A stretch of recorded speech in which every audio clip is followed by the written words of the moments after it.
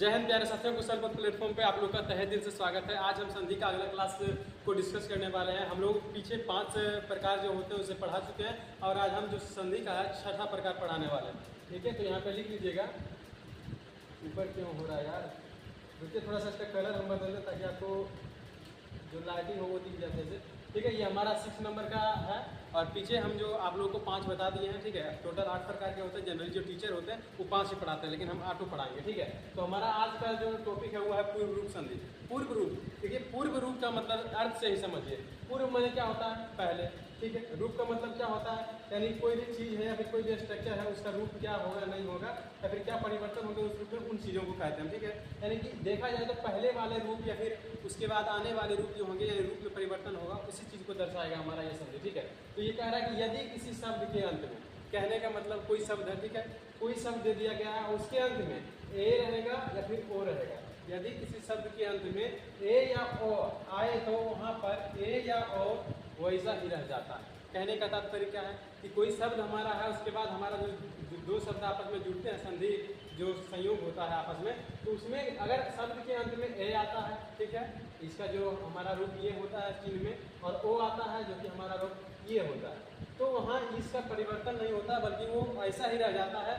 और उसके बाद जो हमारा ये लेटर आएगा, ओ आएगा या फिर जो भी लेटर आता है वो हमारा परिवर्तित होकर ये चिन्ह में बदल जाता है। ठीक है, यानी कि ओ आएगा तो ओ के जगह पर हमारा ये चिन्ह बन जाता है। 5 नहीं लिखना है, ठीक है, ना ही एस लिखना है। आप लोग संस्कृत बुक खोलिएगा तो एक ऐसा शब्द दिखेगा आपको ऐसा करके, इसको हम लोग क्या कहते हैं, इसका नाम है उसे अवग्रह होता है, अवग्रह, और इसका काम जो है वो अर्ध ओ का काम करता है। ठीक है, ये आ जाता है और इसका आगमन होने के बाद इसका नाम ही हमारा ओ होता है, जिसलिए कोई भी शब्द आता है तो उसको हम लोग ओ का उच्चारण पढ़ते हैं। जैसे यथा में देखा जाए तो वृक्षे जोड़ अस्मि, ठीक है, वृक्षे जोड़ अस्मि, यानी वृक्षे में देखो आगे लास्ट में क्या आया, अक्षो हलंत हमारा है। ठीक है, इसको पहले मिटा दो थोड़ा, ये हमारा देखो क्या है, अक्षो हलंत है,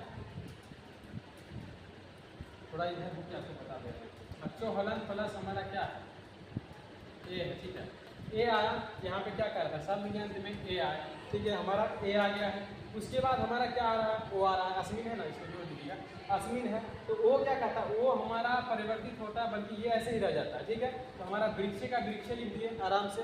ठीक है, ये वाला ऐसे पूरा लिखिएगा, वृक्ष का वृक्ष लिख दिए, और वो जो है वो किसमें परिवर्तित होता है, इस चिन्ह में। तो हम इसको कर दिए क्या, ये चिन्ह बना दिए।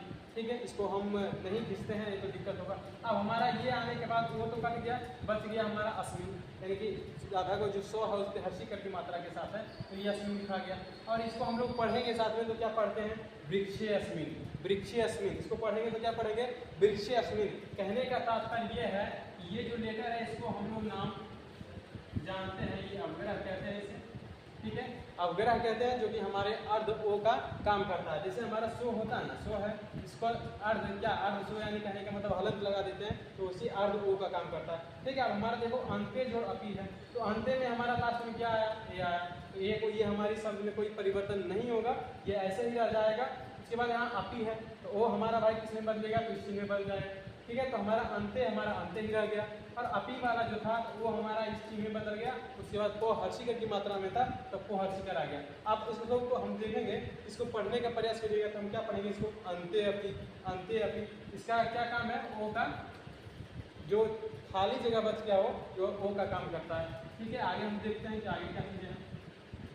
आगे देखो क्या क्या है, ये चिन्ह, ये हम बता रहे थे आपको क्या है, ये चिन्ह जो है इसको अवग्रह कहा जाता है। क्या कहते हैं, अवग्रह कहते हैं। आप लोग देखिएगा कहीं पे भी पढ़िएगा ना, पहला नंबर तो पूर्व रूप संधि पढ़ाते नहीं कोई है, और दूसरी बात कि होता यह है कि पढ़ा भी दिए तो ये चिन्ह आता है ना, बस बताते हैं कैसे, चलो इसको वो पढ़ेंगे, लेकिन इसका रियल में नाम क्या होता है ना, ये कोई टीचर नहीं बताता। हम भी कहीं पढ़े थे पहले बचपन में, ऐसे तो 9th 10th नहीं पढ़ा है, पर जहाँ पढ़े तो वहाँ पर नहीं बताया।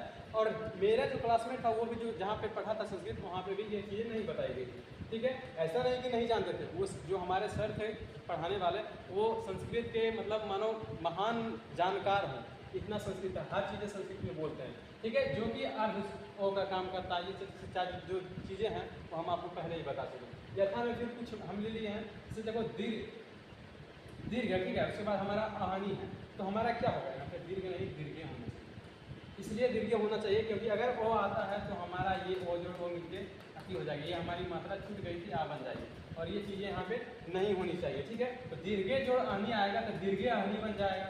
दीर्घे का दीर्घे हमारा रह गया, आहनी था तो वो हमारा जो है ये हमारा ये शब्द बदल गया, हनी बच गया तो हमारा हनी आ गया। अब साथ में हम इसको पढ़ेंगे तो हमारा दीर्घे हनी बन जाएगा, दीर्घे हनी बन जाएगा। ठीक है, अब हरे जोड़ा हुआ है तो हरे का लास्ट में हमारा क्या है, ए है। उसके बाद अब है तो वो हरे का हरे हमारा रह जाएगा। ठीक है, अब में ये जो ओ है उसका मात्रा अवग्रह बन जाएगा, अवग्रह कहने का तात्पर्य हमारा ओ का रूप ले लेगा। उसके बाद वो आ गया। ठीक है, तो हमारा हरे अब बन गया। अब इत्यादि लिख दिए, इत्यादि कहने का मतलब अंत हो चुका है, इत्यादि से कर दिया।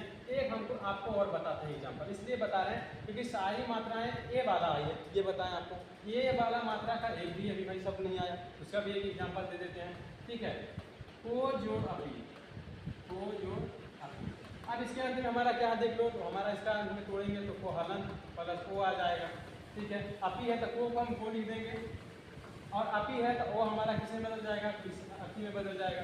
ठीक है, ये अवग्रह में बदल जाएगा, और पी है तो पी कर देंगे तो वो अपी बन जाएगा। ठीक है, ये सारी चीज़ें। और आज के क्लास के लिए हम इतना ही रखेंगे, टाइम नहीं है, उसके बाद रिसोर्स लाइट की दिक्कत हो रही है। वैसे भी हर क्लास में एक चीज़ों को ही बताया जा रहा है, एक क्लास में एक प्रकार को, तो आगे जो दो प्रकार बचे हुए हैं उसको हम एक ही क्लास में दोनों को कवर करने का प्रयास करेंगे। दो जो बचा हुआ है, एक है हमारा प्ररूप संधि, एक है हमारा प्रगृह संधि। ठीक है, तो आज की क्लास के लिए इतना ही। अगर इसमें भी कोई दिक्कत रह जाती है तो आप हमें थोड़ा सा कमेंट करके बता दीजिए। आप इसको थोड़ा सा स्क्रीनशॉट ले लीजिए या देख लीजिएगा, हम पीछे भी कर देंगे एक बार, अच्छे से देख लीजिए, इसको अच्छे से लिख लीजिए और आप ये देखिए।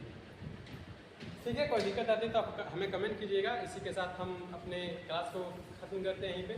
जय हिंद, जय भारत, धन्यवाद।